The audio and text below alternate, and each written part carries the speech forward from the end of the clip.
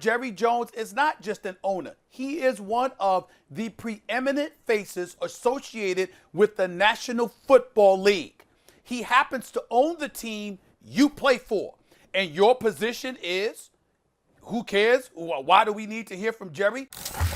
If you can't speak up now, I don't ever want to hear from Jerry again. I really don't. Because you should be able to speak on this issue now if you are Jerry Jones. That's all I'm saying. I'm not telling him what to say. But to be quiet sends the wrong message coming from Jerry Jones. DeMarcus Lawrence tweeting this. Stephen A., let's stop waiting on others to speak and let's be about change. That's my choice. Look down my timeline and you'll notice a common theme: action, not just words. Funny that those actions weren't things First Take featured or talked about on the show. Hashtag man of action. Stephen A., floor is yours. Well, first of all, a couple of things. Number one, before we get into DeMarcus Lawrence, Joe Dumars, which Masai Ujiri brought up, is a special advisor to the Sacramento Kings as we speak right now. So I guess he's in the NBA to some capacity. But what we were alluding to was the fact that he's not a president of basketball operations, considering his impeccable resume. So let's get that out the way. Now let me get to DeMarcus Lawrence. First of all, much respect to DeMarcus Lawrence. We know how big time he is. We know that the contract that he got from the Dallas Cowboys is well-deserved. He's a bit sensitive. I don't understand why, but no problem. I'll entertain it for this particular moment in time. When he talked about what First Take didn't highlight, first of all, the subject wasn't really about him. It was about what he had to say as it pertained to Jerry Jones. For the record, DeMarcus Lawrence has been on the front lines fighting to help people throughout this coronavirus pandemic, leading a meal relief effort for first responders, walking with Gerald McCoy and others to celebrate and bring awareness to Juneteenth. Obviously, you know, he was working with Lowe's in conjunction with something as it pertained to the pandemic and helping those who have been suffering from it. Nobody's questioning his intent as an individual and as a man and how he cares about other human beings. This subject is about Jerry Jones. Let's stay on course. I told y'all I wasn't going away. I told you I'm not going to go away on this particular issue. Why is that? Jerry Jones is the owner of the Dallas Cowboys. Molly, work with me here. What are the Dallas Cowboys known as? America's team. America's team. Is that not correct? I do believe that's what they call them. They call them America's team. Yep. What's going on in America right now? And the owner for America's team has nothing to say, and most of the black players that play for him have nothing to say as it pertains to wanting to hear from him. I don't know about y'all, but that's raising my eyebrows here. I find that to be a bit odd. Now let's take this a step further.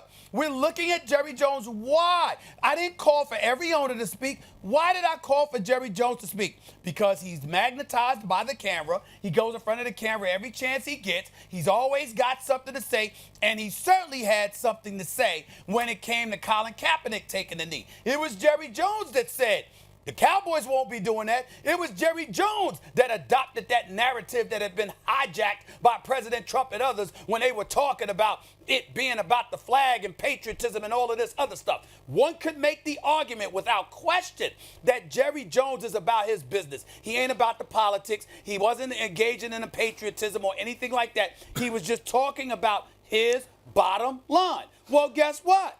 That's Jerry Jones. Well, you are a player on the Dallas Cowboys. You have nothing to say about that? You have nothing to say to Jerry Jones in terms of his voice needing to be heard?